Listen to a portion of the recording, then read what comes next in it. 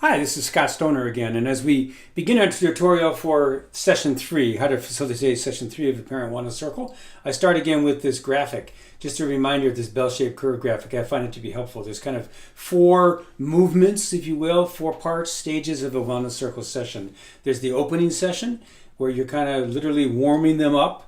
I like that. That's kind of a way to think of it too.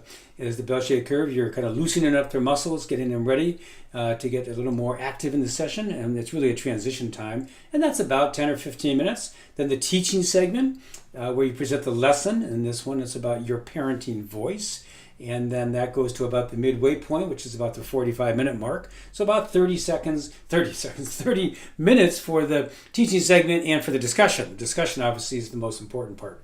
And then you coming into the beginning of the second half of the session is the coaching segment for about 30 minutes and then a closing time. Although I will say that the closing time often, just because the teaching segment of the coaching tends to be so rich, sometimes the closing is 2 minutes in my case. Sometimes it's longer. Again, there's flex time in here, and let it flow and let your group really dictate how you want to budget this time. But there is this kind of 4-stage movement, and so I just start with this graphic. And now we're going to look at the actual opening, and we'll turn to the facilitator guide for that, for the opening for Session 3. All right, turning to page 52 in the facilitator guide now, we will see the purpose and the objectives for Session 3, Your Parenting Voice. I do want to point out a correction here from what's in the facilitator guide. We will update this with the next one. Everything here is correct about purpose and objectives, but you will notice that, and you can see it in the both in the pages that follow here, but especially in the participant workbook. We now we teach about 4 different parenting voices. We no longer use this right here, the authoritative parenting voice, that one right there. We call that the confident consistent. We found that people were mixing it up too much with the controlling autocratic. So this should say to teach about the benefits of the confident consistent parenting voice. Okay, that'll make more sense when you actually get into the voices here of the lesson. So now, again, the first I showed the bell-shaped curve, and the first 15 minutes are yours to open the session however you think best. We got some ideas here. We have a journaling prompt of children are likely to live up to what you believe of them, or you certainly have tons of quotes for yourself that you can use. You can even do some kind of a mindfulness thing, some kind of a breathing, some kind of anything that helps transition parents from where they have been to where their activities, their whatever they have in mind, to begin to let go of that, enter into the space. You're already creating a space for them to slow down, look inside, and begin to engage in some self-reflection. So take about the first 15 minutes for that. Then you're going to move it into the teaching segment. The second major section of the 4. This is about 30 minutes you have all together for the teaching and the sharing, which obviously is just as important as the teaching. Go over this lesson so you can make it your own. Just like as last time we were talking about parenting school, we're using the metaphor, what parenting school did you attend? We're using a metaphor here of your parenting voice. That just as there's different voices in music, different styles, there's different voices and styles in parenting. Although, as we say, the difference in music, there is no right or wrong. There's not one better style or voice that's better than another. But in parenting, that's not the case. There is clearly a parenting voice that is much more effective. So as it shows here in the teaching segment, after we've done a little analogy about different voices in music and now switching to parents, we teach the 4 styles of the 4 parenting voices: autocratic, permissive, disengaged, and as I said in the when we're looking at the purpose and objectives, we now call the 4th one the confident and consistent. I'm going to turn to the actual participant workbook because the graphic is there, the visual is there, and that's really what they'll have in front of them as you're teaching this lesson. So here on page 21, we can see the graphic for the 4 parenting voices in the 2 different axes. The vertical axis is boundaries. Sometimes the word expectations makes more sense to people. In the vertical axis, there's either high degree, strong sense of boundaries and expectations, or there's a very weak, undefined boundaries and expectations.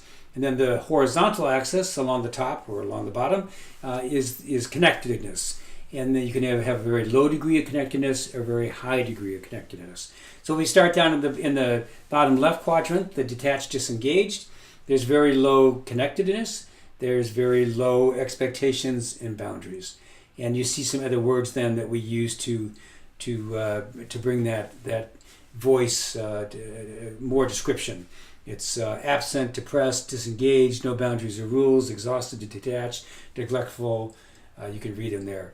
It could be because a parent is literally disengaged and detached because they're gone all the time for some reason. Maybe there's a serious crisis in their life. Maybe there's a serious health issue, a mental health issue, a physical health issue. Again, now you can connect this back to School of Parenting, right? What kind of parenting voices did they experience from the parental figures in their life? So that's detached, disengaged. If we move to the right along the bottom, we see passive permissive. This has a high degree of connectedness, but very low on boundaries and expectations. This is kind of the kind of parent as friend kind of model. They may be very close to their kids, but they're indulging, they're lenient, they're pampering. The roles are not clear. There's a lot of spoiling. There's you're kind of the child's friend in that voice. Then if we go to the opposite top left, you have very strong expectations, very strong expectations and boundaries, but you have low connectedness. This is more of the fear-based school of parenting that we were talking about last week. This is command and control. This is my way or the highway. This is can be aggressive. Children may perform out of fear, but it's not effective in the long run. And again, these parenting voices, you can also think of as leadership voices. So they can think of leaders they've experienced, and their own teachers, coaches, or if they're leaders themselves. This is not just in the home, but here we are talking about it as parenting voices. And then the voice that we strive for, the upper right, has a high degree of connectedness and a high degree of boundaries and expectations. And this is what we call the confident, consistent voice. It's clear, it's skilled, it's accountable, it's assertive, there's clear boundaries, there's self-discipline of the parent, it's predictable, it has flexibility though in it. It is a confident, consistent voice. And if we ask parents to think about important again, mentors in their life, they will often think of people that have this confident, consistent voice. Now, no one parent lives at all times in one of these quadrants. In fact, one of the conversations that I like to have with parents is, where do you go when you're most stressed? Because we all have a place where we go when we're most stressed. That's when it's hardest to maintain that confident, consistent. So some will get much more controlling and autocratic, some will get much more passive, permissive, some will just kind of, detach and disengage. And so that's just good to maybe, know that. And that's why we don't want to parent when we're emotionally flooded. We don't want to give consequences out. We don't want to, because then we'll tend to say things that are not confident, consistent. We may be likely to say things that are more controlling and autocratic, and then regret it. So when we are in a more centered place, we can have a better chance of being confident, consistent. So we use this in a little summary up here of a way to summarize the confident, consistent parenting voices. Say what you mean what you say, and don't say it mean. Most of us have heard the first two parts of that. Say what you mean what you say, but don't say it mean. This is the mistaken thought behind controlling autocratic, that if we say it mean, we have more power. It's kind of the Wizard of Oz syndrome. Pay no attention to that scared person behind the curtain. The reality is, we actually have more power, and when we actually don't say it mean, but we say it with consistency and with confidence. You actually could use that, say what you mean what you say, and don't say it mean as your opening quote if you wanted, for the journaling and for the conversation. So again, that's what we talk about with the different kind of flexibility. So this is their 2 pages. that they will be looking at. And so you obviously want to familiarize yourself with this, what they're reading in the lesson. And then after you have finished doing the teaching segment, then you're going to turn to the coaching segment. By now, they're starting to get the rhythm. You're starting to get at the rhythm of what it means to create a next step. And so again, you're going to look back. This is the form actually they would fill out for the upcoming week, but this is the form they've been working with between sessions 2 and 3. And so they check in.